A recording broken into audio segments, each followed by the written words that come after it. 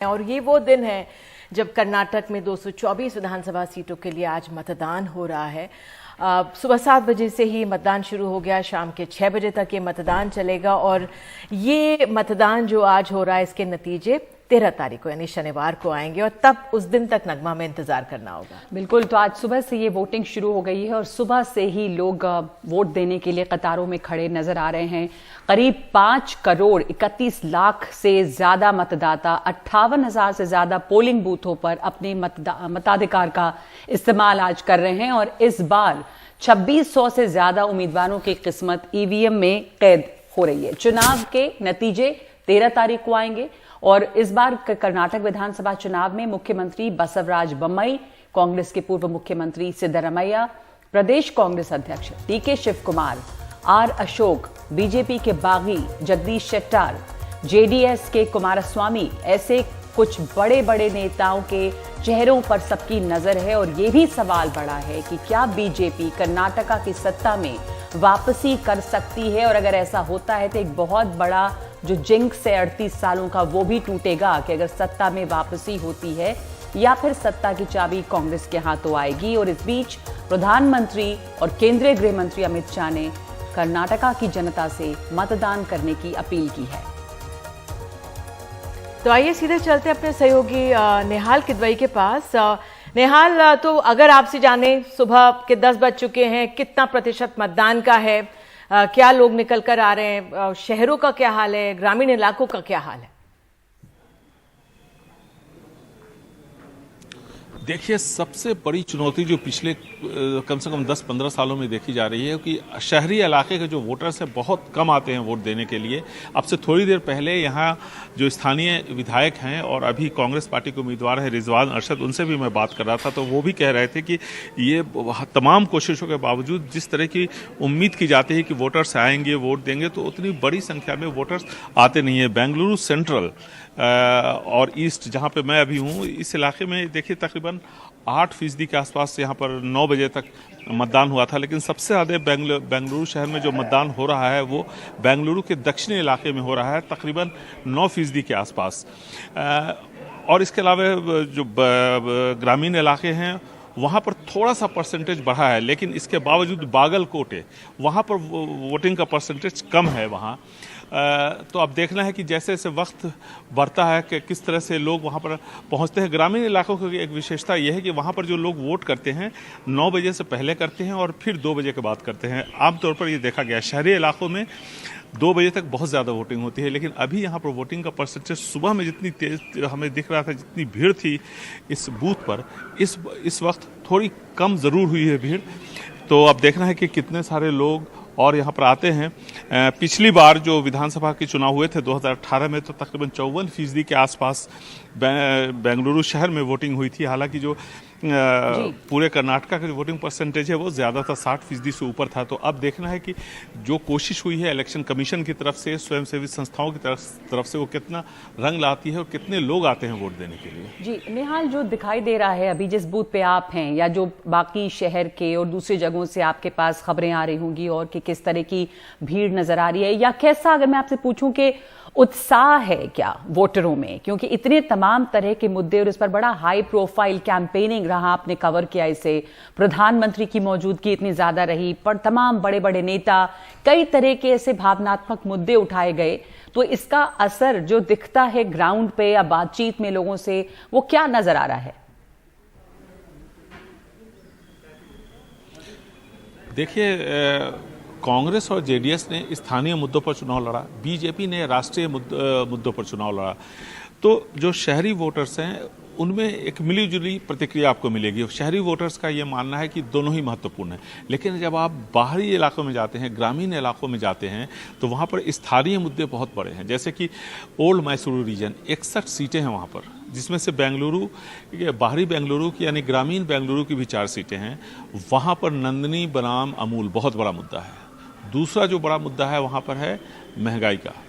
हालांकि ये एक अजीब सी बात है कि इस बार जब यहाँ चुनाव हो रहा था तो जेडीएस और कांग्रेस को बीजेपी ने कुछ इस तरह से घेरा कि महंगाई और बेरोजगारी पर बहुत बड़ा कैंपेन वो नहीं चला पाए और उन्हीं मुद्दों के आसपास वो रहे जो मुद्दे बीजेपी ने उठाए उसको काउंटर करते हुए। देखिए बाद में देखिए जब कांग्रेस का मैनिफेस्टो आया उसमें उन्होंने बजरंग दल को बैन करने की बात कही, उसके बाद पूरा एक नैरेटिव यहाँ पर थोड़ा चेंज हुआ और फिर वहाँ से डेविएशन होता है। तो कुल मिलाकर के जिन मुद्दों पर जो स्थानीय मुद्दे जो हैं जिसके लिए विधानसभा चुनाव जाने जाते हैं उसकी चर्चा उस हद तक शायद मुझे भी लगता है कि नहीं हुई जितनी होनी चाहिए थी कम से कम इस बार के विधानसभा चुनावों में। जी शुक्रिया आपका नेहाल। लौटेंगे हम आपके पास कुछ देर में और हालचाल जानने के लिए कि किस तरह से वहां पर वोटिंग परसेंटेज चल रहा है, पर इस वक्त आपको बता दें कि हमारे साथ दो खास मेहमान भी जुड़े हैं।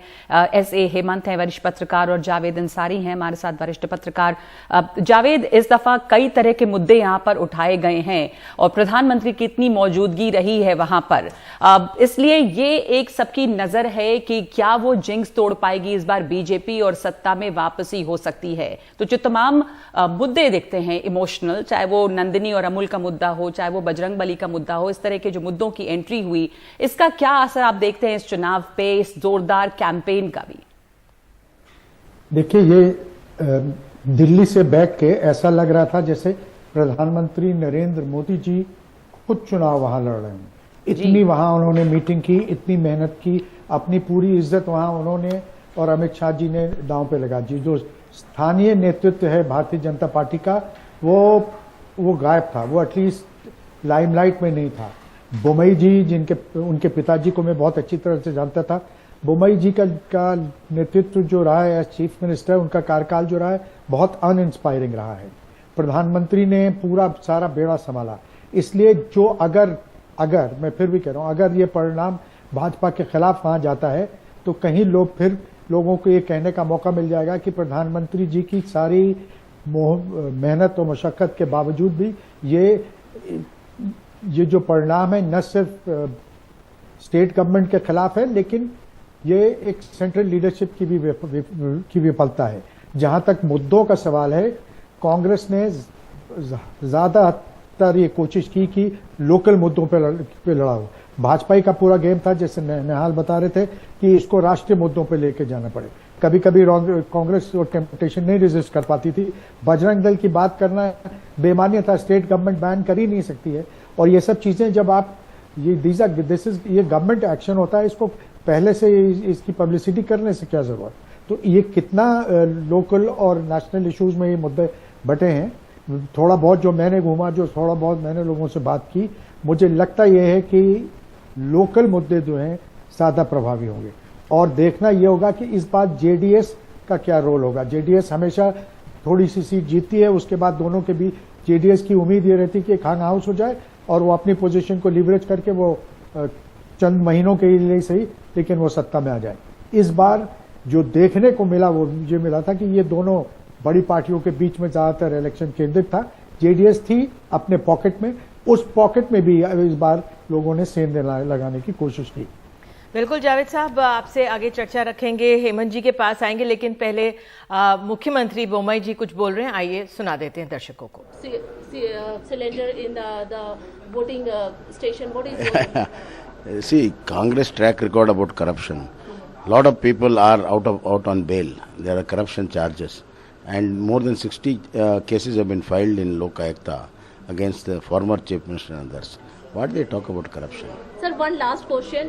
What is your expectation? Because the survey report are showing someone showing that BJP is leading, someone showing that Congress is leading. How confident you are? I am 100% confident that we will come back with a comfortable majority. Thank you, sir. तो आइए सीधे चलते हैं, हमारे साथ हेमंत जी वरिष्ठ पत्रकार भी मौजूद हैं। हेमंत जी, आपने मुख्यमंत्री बोमई को सुना और जो उनसे बात कर रही थी वो भ्रष्टाचार का सवाल था। जो ये बड़ी पार्टियों की टक्कर रही कांग्रेस और बीजेपी की जो है, कांग्रेस ने बहुत पहले से ही भ्रष्टाचार का मुद्दा उठाया, उसको वहां पे चस्पा करने की कोशिश की, पेसीएम और 40% भ्रष्टाचार। फिर प्रधानमंत्री ने 85% भ्रष्टाचार की कांग्रेस की याद दिलाई। राजीव गांधी जी का जो बयान था कि 1 रुपए में से सिर्फ 15 पैसे ही पहुंच पाते हैं। तो मैं आपसे ये समझना चाहूंगी, ये जो मुद्दा था भ्रष्टाचार का, क्या ये अंत तक टिका या फिर जो अभद्र भाषा का या बजरंगबली का या तमाम जो मुद्दे थे वो हावी हो गए? आपका क्या आंकलन? देखिए, कांग्रेस पार्टी का कैंपेन शुरुआत में बहुत बढ़िया रहा, बहुत फोकस्ड रहा। It was only pointed. Congress party ने कर्नाटक बीजेपी सरकार का जो इनकॉम्पिटेंसी, इनएफिशिएंसी, करप्शन जो भी है, उसको, वो मुद्दा को उठा के, मैं नेहल से और जावेद साहब से मैं सहमत हूं, वो लोकल इश्यूज को उठा के शुरू किया कैंपेन ने, अच्छा था। At that time BJP was on the back foot. लेकिन मुझे लगता है, मेरा एक पर्सनल ओपिनियन है कि जो मैनिफेस्टो में कांग्रेस पार्टी ने जो बजरंग दल का जो बैन करने का जो बात किया है, इट वाज टोटली अननेसेसरी। वो नैरेटिव चेंज हो गया, जैसे किद्वा नेहल जी ने बताया, वो नैरेटिव चेंज हो गया। एक बीजेपी को चाहिए था कि ideological angle with ideological issue with emotional angle, वो हथेली पे दे दिया कांग्रेस ने, नहीं करना था, number 1। Number 2, if Congress party had confined itself सिर्फ कर्नाटक बीजेपी सरकार के जो परफॉर्मेंस है उसके बारे में अगर वो कैंपेन करते थे तो कुछ मतलब it would have been far better for the Congress party. Number 2। Number 3, BJP ने कहा था कि we will seek a positive mandate from the people on the basis of our performance. जी, ये परफॉर्मेंस की बात कहां हुई इधर? पूरे campaign it was been taken over by Narendra Modi ji and Amit Shah ji. और जैसे जावेद साहब ने कहा, where was Bommai, where was Kateel, सिर्फ येडियुरप्पा दिखाई दिया पूरे राज्य में। येडियुरप्पा इस उम्र में 81 ईयर में पूरे राज्य को घूमा और कैंपेन करके आया। So the entire campaign was taken over by BJP Central Office and conducted by Prime Minister and Home Minister.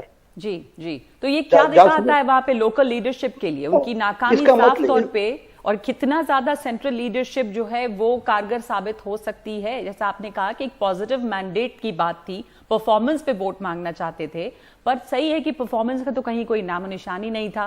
Campaign के दौरान आप देखिए क्या क्या मुद्दे आ गए। जी, परफॉर्मेंस के आधार पर अगर आप वोट मांगनी है तो बोलना पड़ता है ना लोगों को कि हमने ये किया है, हमने ये किया, हमने ये किए हैं।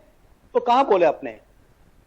तो this was not, it was conspicuous by its absence. जी दिस जी, इज वन एंगल जो आपने कहा सर, उसी को आगे बढ़ाते हैं जावेद साहब, मैं आपसे समझना चाहूंगी, हमारे सहयोगी नेहाल किदवई, जब हम लगातार उनसे बात कर रहे थे run up to this day, तो उनका यही आंकलन था कि ये पहली बार हुआ है कि जो सेंट्रल लीडरशिप है उन्होंने टेक ओवर कर दिया था। इससे पहले जो स्थानीय नेता थे उनके नाम पर वोट मांगे जाते थे, लेकिन इस बार येदियुरप्पा जी ने उन्होंने काफी प्रचार किया है, लेकिन जिस तरह से स्थानीय नेता सामने रहते थे वो इस बार नहीं हुआ। प्रधानमंत्री के नाम पर वोट मांगे गए जैसे देश में हर राज्य में माने जाते हैं, और वैसे इस बार कर्नाटक में भी हुआ है। क्या आपने ये अहम बदलाव कर्नाटक में देखा इस बार?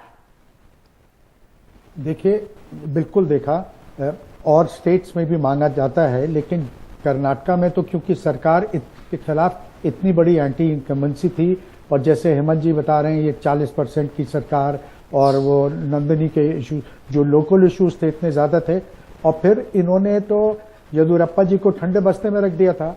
जिस तरीके से हटाया गया, उनके आंसू लोग भूल नहीं सकते ना, वो तो रोए थे जब बेचारे हटाए गए। उसके बाद उनको बाद में लाया गया, उनकी ठुड्डी में हाथ लगाई गई, उनको लाया गया। और एक तो एंटी इनकम्बेंसी, दूसरा एक चीज ये भी देखिए, बीजेपी कभी भी अपने बलबूते पे अकेले सरकार बीजेपी ने कर्नाटक में नहीं बनाई है। कांग्रेस पार्टी बुरे वक्त में भी अपना 30, 32, 33, 35% वोट लाती रही है। तो और फिर इस बार कांग्रेस पार्टी का जो लोकल नेतृत्व था, सबसे ज्यादा प्रमुख कौन थे? सिद्धारमैया थे और डीके शिव कुमार। लोगों को लगता था कि इनमें झगड़ा हो जाएगा, टूट फूट हो जाएगी, वो हुआ नहीं। और फिर मल्लिकार्जुन खड़गे का इस वक्त राष्ट्रीय अध्यक्ष होना कांग्रेस पार्टी का, वो जिस समूह से आते हैं कर्नाटक के रहने वाले, ये भी बहुत फायदेमंद साबित हुआ। जावेद साहब, और हालांकि राहुल जो गांधी आपका जो आंकलन है शायद हमें 13 तारीख तक इंतजार करना पड़ेगा, क्योंकि जो आपने सिद्धरामैया और डीके शिव कुमार की बात कही कि उनमें टूट फूट और मनमुटाव होगा, वो तो शायद दबा रहेगा। लेकिन क्योंकि कल ही मैं तस्वीरें देख रही थी, चामुंडेश्वरी देवी जाकर दोनों ने एक साथ पूजा अर्चना वहां पे की है और तस्वीरें भी सामने साझा की गई सोशल मीडिया पर। लेकिन कांग्रेस में भी हमने इस बार ये देखा कि स्थानीय नेता कर रहे होंगे, लेकिन प्रियंका गांधी और राहुल गांधी भी बहुत एक्टिवली प्रचार इन लोगों ने किया है। सोनिया गांधी ने भी एक काफी लंबे अंतराल के बाद चुनावी सभा को संबोधित किया। जी किया निधि जी, मैं उस पर ही आ रहा था जब बीच में आपने मुझे टोक दिया। इस बार जरा पहले से ज्यादा संयोजित था। प्रमुख थे सिद्धरामैया और शिव कुमार और मल्लिकार्जुन खड़गे, और एक सपोर्टिंग रोल में प्रियंका गांधी और राहुल गांधी थे। आप वहां देखिए, स्मृति ईरानी भी गई और धर्मेंद्र प्रधान जी भी गए। कितना इन लोगों का असर हुआ वो बात दूसरी है, लेकिन लोकल लीडर्स बीजेपी के थोड़ा बिहाइंड द सीन्स थे, कांग्रेस के कहीं फ्रंट लाइन थे। मल्लिकार्जुन खड़गे खुद वहां के हैं, वो तो राष्ट्रीय अध्यक्ष जरूर हैं, लेकिन उनकी ज्यादा पकड़ जो है मतदाताओं में वहां पे अपने स्टेट में, कर्नाटका में, तो उसका भी इनको फायदा मिला है। अब ये जो लास्ट माइल कनेक्टिविटी होती है, कैसे ये बूथ मैनेजमेंट करते हैं आज के दिन, इनके वर्कर्स कितने अपने वर्कर्स को, ये कितने वोटर को निकलवा सकते हैं, इस पे भी बहुत कुछ निर्भर करेगा। लेकिन जहां तक मैंने कांग्रेस की जो कैंपेन्स फॉलो की हैं, ये वाली कहीं ज्यादा संयोजित दिखी बनिस्बत और स्टेटों के। जी, तो ये एक और बात जिस पर चर्चा करेंगे, लेकिन ब्रेक के बाद के कैसे बजरंगबली का मुद्दा हावी हुआ, लेकिन ऐसा लगा कि कांग्रेस ने सेल्फ गोल कर लिया और उसके कांग्रेस के लोग जो वहां पर हनुमान चालीसा पढ़ते नजर आए।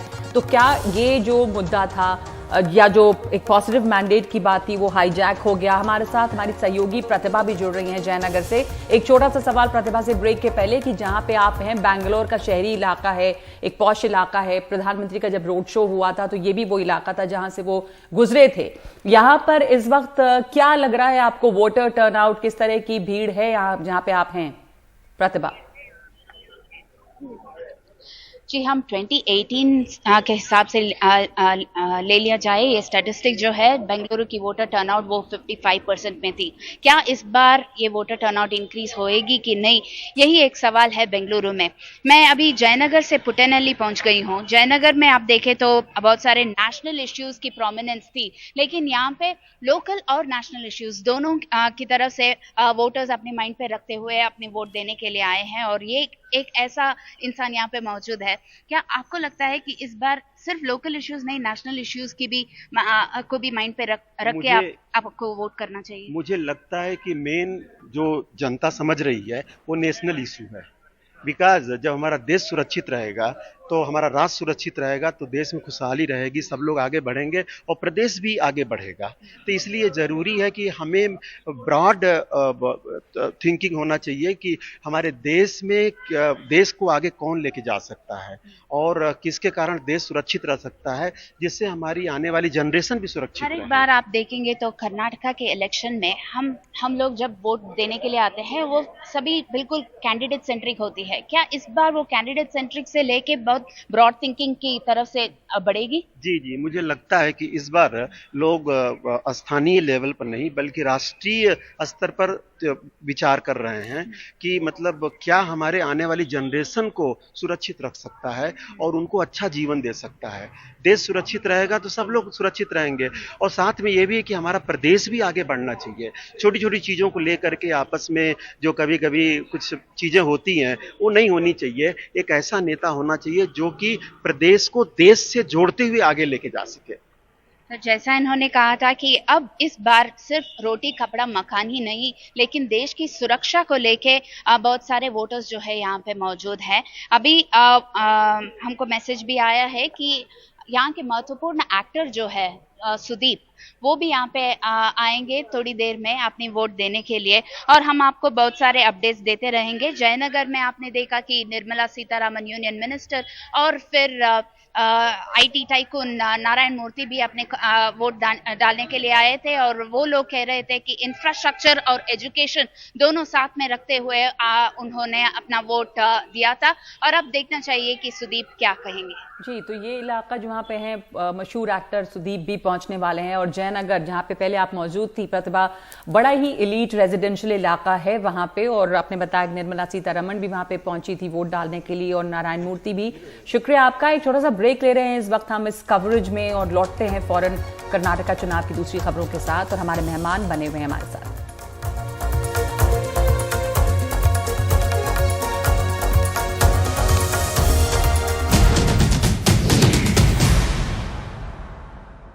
तो कर्नाटका में सभी 224 सीटों के लिए वोट डाला जा रहा है, और नतीजे 13 को आएंगे, लेकिन उसके पहले कई तरह के जो मुद्दे हावी रहे वो चर्चा में हैं कि कितने भावनात्मक मुद्दों ने काम किया। हमारे साथ मौजूद हैं एसए हेमंत और जावेद अंसारी। जावेद, एक ओवरऑल एनालिसिस अगर हम देखें तो आपको क्या लगता है कि एक तो एक त्रिकोणीय मुकाबला है, जेडीएस किंगमेकर हो सकती है क्या, बीजेपी और कांग्रेस, इन दोनों के बीच आप देखें तो कौन कहां खड़ा इस समय दिखता है आंकलन के तौर पर? भाई जो मैंने थोड़ा बहुत वहां जाके देखा, और जो वहां के जो पत्रकार हैं वहां के हालात ज्यादा बेहतर समझते हैं, उन लोगों से भी बात की, ऐसा लगता है, मैं इसको अंडरलाइन कर दूं, ऐसा लगता है कि बीजेपी का फिर से पावर में आना मुश्किल होगा। नामुमकिन तो कुछ नहीं होता पॉलिटिक्स में जब तक नतीजे नहीं निकल जाए, लेकिन फिर से आना मुश्किल होगा। जहां तक स्थानीय और राष्ट्रीय मुद्दे, और जब ये चुनाव में जाने के पहले भी कांग्रेस पार्टी के नेता जब मंथन कर रहे थे तो उनको बार बार एक चीज बताई जा रही थी कि मुद्दों से डाइवर्ट मत होइएगा। कोई किसी भी डिविजिव, किसी भी ये भड़काऊ मुद्दे जो हर इलेक्शन में उतरते हैं, एक टेम्पलेट है जो हर इलेक्शन में प्ले आउट होती है, कहते उस don't fall into the trap, उससे अलग रहिएगा। लेकिन फिर भी जाके बजरंगबली का इन्होंने अपने मैनिफेस्टो में रख दिया।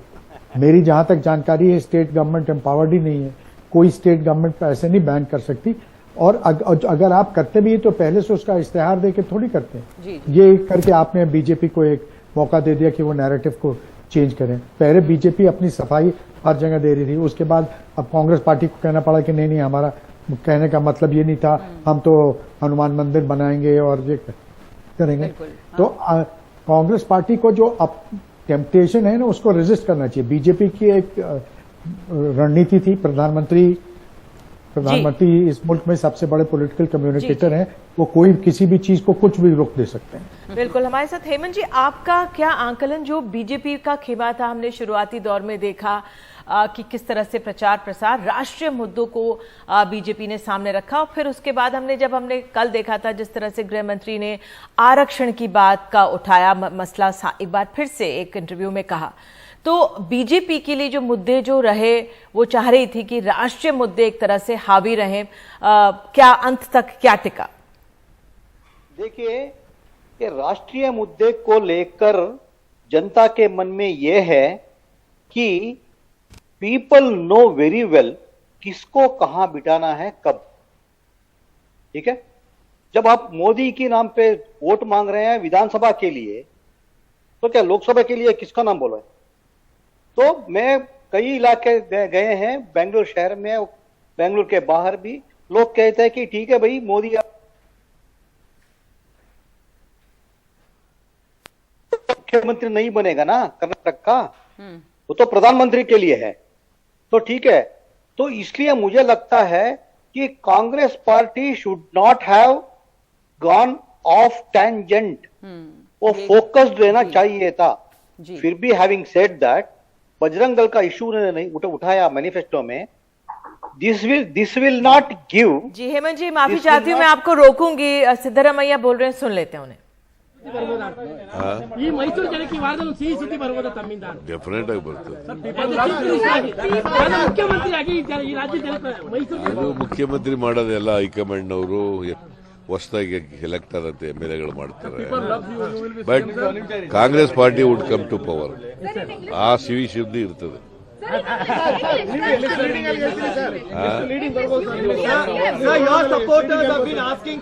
ಬಿಗ್ ಮೆಜಾರಿಟಿ ಬರ್ತದೆ, ಬಿಗ್ ಮೆಜಾರಿಟಿ ಬರ್ತದೆ, margin will be big, very big. ಅದರಿಂದ ಇಷ್ಟೇ ಅಂತ ಹೇಳಕ್ ಬರಲ್ಲ ಕರಾರುವಾಕ್ಕಾಗಿ. 1 ಲಕ್ಷ ಗೆಲ್ಸ್ಕೊಡಿ ಅಂತ ಹೇಳಿ ಕ್ಷೇತ್ರ ಜನ ಕೇಳಿದ್ರಿ ನೀವು. 1 ಲಕ್ಷದ ಅಂತರದಿಂದ ಗೆಲ್ಸ್ಕೊಡಿ ಅಂತ ಕೇಳಿದ್ರಿ ಮತದಾರನ ನೀವು. ಕೇಳೋದು ಬೇರೆ, ಬರೋದು ಬೇರೆ. ಹೇಳುವಾಗ ದೊಡ್ಡ ಅಂತರ ಅಂತ So your supporters have been hoping that you become the chief minister of Karnataka, sir. Many supporters are still here. We hear them echo that. What is? You also want to. Yeah, I also want, sir. You also want.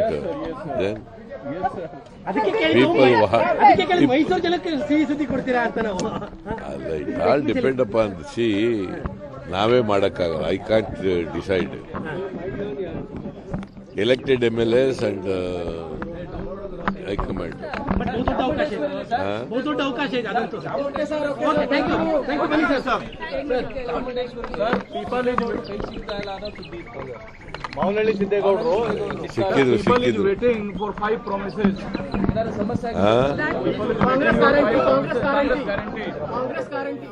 तो पूर्व मुख्यमंत्री और नेता कांग्रेस के नेता विपक्ष सिद्धरमैया काफी ज्यादा ये आश्वस्त हैं कि जीत इनकी होगी, लेकिन इनसे सवाल ये भी पूछा जा रहा है कि क्या ये मुख्यमंत्री बनेंगे। जाहिर है कि ये आगे की बात है, लेकिन कांग्रेस को भी पूरी उम्मीद है। और जैसा हमारे दोनों मेहमानों ने भी कहा कि मुश्किल लगता है कि बीजेपी जो है वो सत्ता में वापसी इस बार कर पाए, पर कुछ भी नामुमकिन नहीं है। बिल्कुल। और अंत में क्या हावी रहा मुद्दों के तौर पर, लोगों के जहन में क्या टिका वो अहम रहेगा। तो हार जीत का फैसला तो 13 तारीख को ही होगा। फिलहाल एक छोटा सा ब्रेक।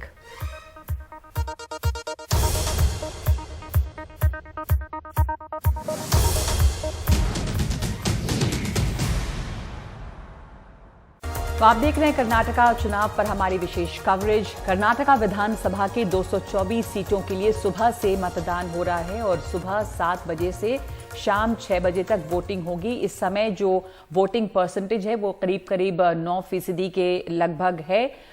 ये हम आपको तस्वीर दिखा रहे हैं जिसमें वरिष्ठ नेता सिद्धरमैया अपना वोट डालते हुए नजर आ रहे हैं। उसके बाद उन्होंने बात भी की है मीडिया से और बहुत ही ज्यादा आश्वस्त हैं कि जीत होगी। सुबह से ही लोग हर जगह कतार में खड़े हुए हैं अपने वोट डालने के लिए। बहुत सारे बड़े चेहरे जो हैं इस दफा अपने वोट डालते हुए नजर आए हैं। तो बेंगलुरु में ही कई जगहों पर, जैसे जयानगर कॉन्स्टिट्यूंसी है, वहां पे निर्मला सीतारमण ने भी अपना वोट डाला, नारायण मूर्ति ने वोट डाला। तो हम आपको लगातार इसकी तस्वीरें भी दिखा रहे हैं जहां करीब 5 करोड़ 31 लाख से ज्यादा मतदाता हजारों पोलिंग बूथों पर अपने मताधिकार का इस्तेमाल कर रहे हैं। तो आइए हम सीधे चलेंगे अपने सहयोगी नेहाल किदवई के पास। हमारी सहयोगी प्रतिभा भी हैं हमारे साथ, नीरज मिश्रा प्रवक्ता कांग्रेस भी जुड़ चुके हैं, प्रशांत जीएस प्रवक्ता बीजेपी भी हमारे साथ हैं। तो पहले नेहाल के पास ही चलते हैं। नेहाल, आप बताइए, अब 11 बज गए हैं, वोट प्रतिशत या क्या अपडेट कर्नाटक से? देखिए, सुबह 9 बजे के आसपास जो प्रतिशत था वोटिंग का, उससे थोड़ा सा ज़्यादा बढ़ा है। और आप यहाँ पर ये देखना है कि आता है तो किस हद तक ये वोटिंग परसेंटेज जाता है। लेकिन जहाँ मैं शिवाजी नगर में हूँ, देखिए काफ़ी सारी नेहाल आपकी आवाज़ हम सुन नहीं पा रहे हैं। और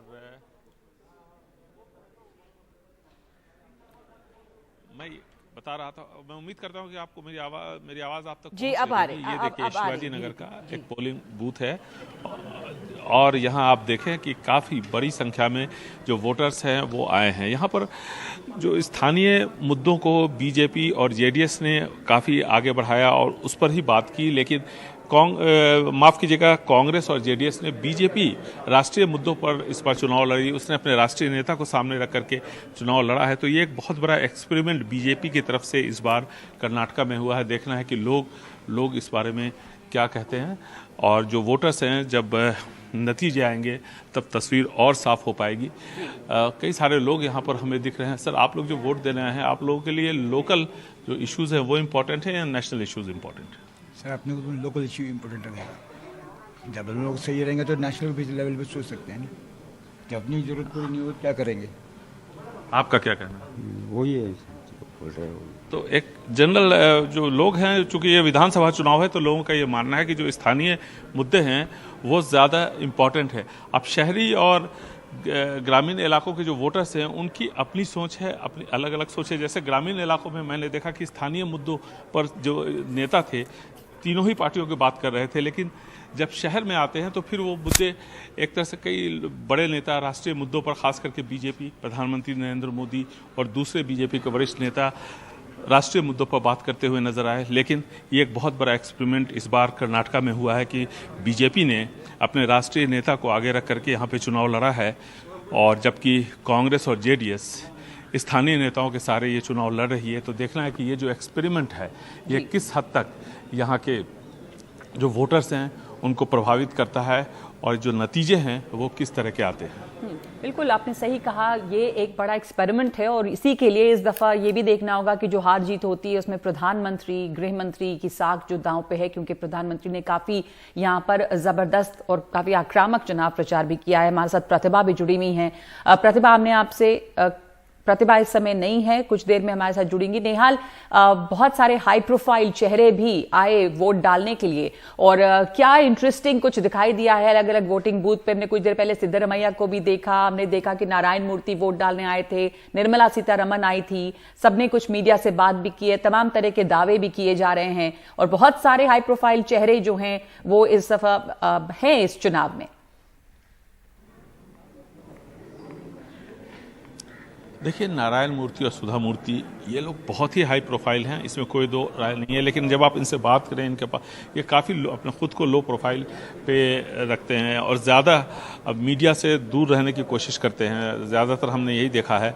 तो ये वोट ज़रूर देने जाते हैं जब कभी भी अगर यहाँ पर होते हैं, या ये भी सुनिश्चित करते हैं कि जब वोट, चाहे वो लोकसभा का चुनाव हो या विधानसभा का चुनाव हो, तो बेंगलुरु में ज़रूर रहें और वोट ज़रूर दें, क्योंकि शायद ही पिछले 15 सालों में मैंने कभी ऐसा देखा हो कि इन लोगों ने वोटिंग नहीं की हो यहाँ पे। तो ये एक अच्छी बात है, एक अच्छी सोच है। ये दिखाता है कि कितना ज़्यादा कमिटमेंट है अपने समाज, अपने देश, अपने राज्य के लिए। तो ये एक अच्छी बात है।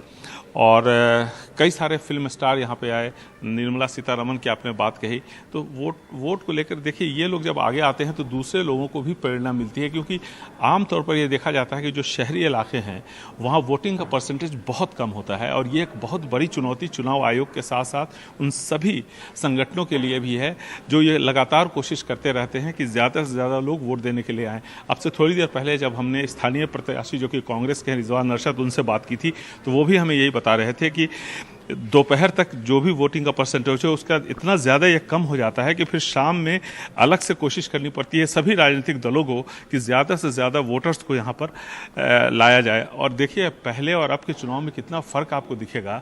यह जैसे एक पिंक बूथ बना है, तो ये सभी काफ़ी आकर्षक बनाने की कोशिश की गई है।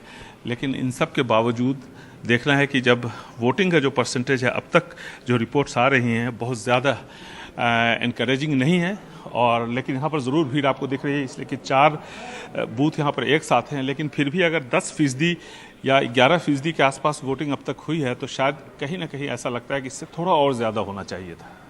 कर्नाटका में वोटिंग चल रही है और पूरा का पूरा चुनाव जो है, बीजेपी की कोशिश रही कि जो नेशनल इश्यूज हैं उसी पर फोकस्ड रहे, पर कांग्रेस ने कोशिश की है स्थानीय मुद्दों की। तो इस समय क्या आप वोटर टर्नआउट देखकर आपका आकलन है? और प्रधानमंत्री देखिए वहां से राजस्थान चले आए हैं, रोड शो हो रहा है वहां पर, राजस्थान में भी जल्दी चुनाव होने हैं, तो अब फोकस राजस्थान हो गया है बीजेपी का। नगमा जी, आचार संहिता का बाईपास करने का ये तरीका और हेडलाइन मैनेजमेंट हम लोग कई सालों से देख रहे हैं, तो अब उस पर तो टिप्पणी नहीं करेंगे। लेकिन जो कर्नाटक की 5.5 करोड़ जो वोटर आबादी है और 6.5 करोड़ जो प्रबुद्ध जनता है, हम लोग तो उनसे हाथ जोड़कर आग्रह करेंगे कि आप लोग अपने घरों से निकलिए और भारी संख्या में इस लोकतंत्र के महापर्व में अपना योगदान दीजिए। जहां तक बात रही कर्नाटक चुनाव की, तो नगमा जी आपने देखा होगा कांग्रेस का जो इस बार का कैंपेन रहा, वो सिर्फ और सिर्फ उन मुद्दों पर रहा जो जनता ने उनको बताया। हमने भारत जोड़ो यात्रा के दौरान जो 550 किलोमीटर की यात्रा की, गलत मुद्दों और जो पूरे महीने लगातार डीके शिव कुमार जी ने जो प्रजाध्वनि यात्रा की, इन दोनों यात्राओं से लोगों के मुद्दे हमारे बीच में आए, जिसमें सबसे बड़ा मुद्दा ये था कि ये जो डबल इंजन की सरकार है, जो एक दिल्ली में बैठी है और एक बैंगलोर में, ये 40% कमीशन पर चलती है। जो बेरोजगारी का आलम है वो दोनों डबल इंजन की सरकारों ने मिलकर एकदम चरम पर पहुंचा दिया है। और जो महंगाई, जिस सिलेंडर की बात प्रधानमंत्री जी करके गए और आज विजुअल्स आ रहे हैं, लोग उस सिलेंडर की आरती उतार रहे हैं और कह रहे हैं 1200 को ये टच कर जाएगा। तो इन सारे मुद्दों को लेकर कांग्रेस चली और अपनी जो 5 गारंटीज उन्होंने दी। कितनी कामयाब हुई कांग्रेस? भ्रष्टाचार का मुद्दा क्या लोगों के जहन में रह पाया कि बीच में कई मुद्दे आ गए, बजरंग बली का मुद्दा आ गया, बजरंग दल का मुद्दा आ गया, आप लोग उस ट्रैप में फंस गए अगर आप ये नहीं चाहते थे तो। पर हुआ तो वही, तो 85% भ्रष्टाचार का मामला भी उठा दिया प्रधानमंत्री ने, तो 40% बनाम 80-85%, तो यहां पे भी हो गया टकराव। तो कांग्रेस तो बैकफुट पे नजर आई यहां पे। नगमा जी, मैं 2 बातें कहना चाहूंगा, मुझे 30 सेकंड दीजिए। जी जी। सबसे पहली बात तो ये रही कि जब बजरंग बली की बात आई तो हमने लगातार आप लोगों को बताया है कि हमारे धर्म में 8 चिरंजीवी हैं, उनमें से एक महाबली हनुमान है, वो हम लोगों के बीच में है। और जिस दिन महाबली हनुमान के बारे में प्रधानमंत्री जी ने कहा, उसी दिन शिमला में वो गदा चली और भाजपा की कमर टूट गई। अब 13 तारीख को वो गदा फिर चलेगी और भाजपा की कमर फिर टूटेगी। दूसरी बात, आप ये समझकर चलिए कि पूरे प्रचार के दौरान प्रधानमंत्री जी ने एक भी डेवलपमेंट के कार्य के बारे में बात नहीं की। उनका सारा जो प्रचार था वो एक नया एक्सपेरिमेंट था, जिस एक्सपेरिमेंट के खिलाफ भारत की जनता है। उस गंगा जमुनी तहजीब के साथ भारत की जनता जो चलती आई है वो चलती रहेगी और उसके पक्ष में वोट देकर कांग्रेस को 150 पार का आंकड़ा इस आने वाले चुनाव में होने वाला है। ठीक है नीरज जी, आपने उम्मीद रखनी चाहिए जिस तरह से आपने कहा। और अगर प्रशांत, अगर मैं आपसे एक चूक हो गई अगर एक माना जाए कांग्रेस की तरफ से, जो बजरंग दल का जिक्र कर दिया मैनिफेस्टो में, जो तमाम योजनाएं वायदे आप लोग सब कर रहे थे, लेकिन क्या आपको लगता है वो लोगों के मन में ठहरेगी? आज जिस तरह से अब लोग मतदान के लिए निकल रहे हैं, आप लोग संतोष में हैं कि लोग का वोटर टर्नआउट भी कुछ ज्यादा उत्साहित नजर नहीं आ रहे हैं? नगमा जी, लोग अब तक तो बाहर नहीं आए। जो माध्यम के भी जनता को बताना चाहता हूं कि बाहर आ जाए और जो फंडामेंटल राइट, डेमोक्रेटिक राइट है, वो एक्सरसाइज करे करके। जो कांग्रेस का गारंटी का बात करे तो उसका तो प्रधानमंत्री जी ने साफ साफ बताया कि उसका वारंटी चली गई है।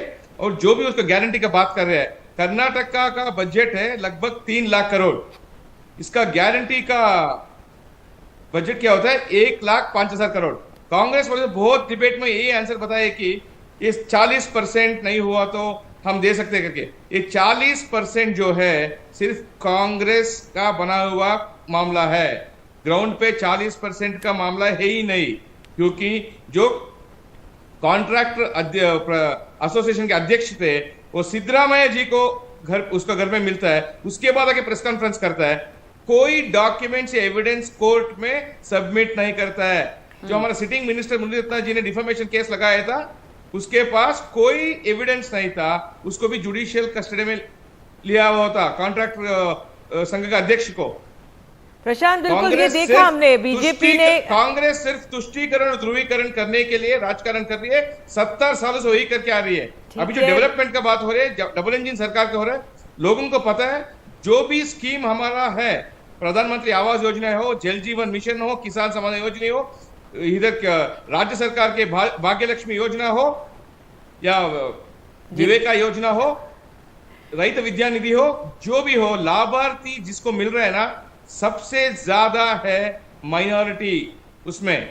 इसीलिए ग्राउंड पे हमको विश्वास है कि लोग ज्यादा वोट बीजेपी को देंगे। हम पूर्ण बहुमत के सरकार बनाएंगे इस बार, 130 के ऊपर सीट आएंगे।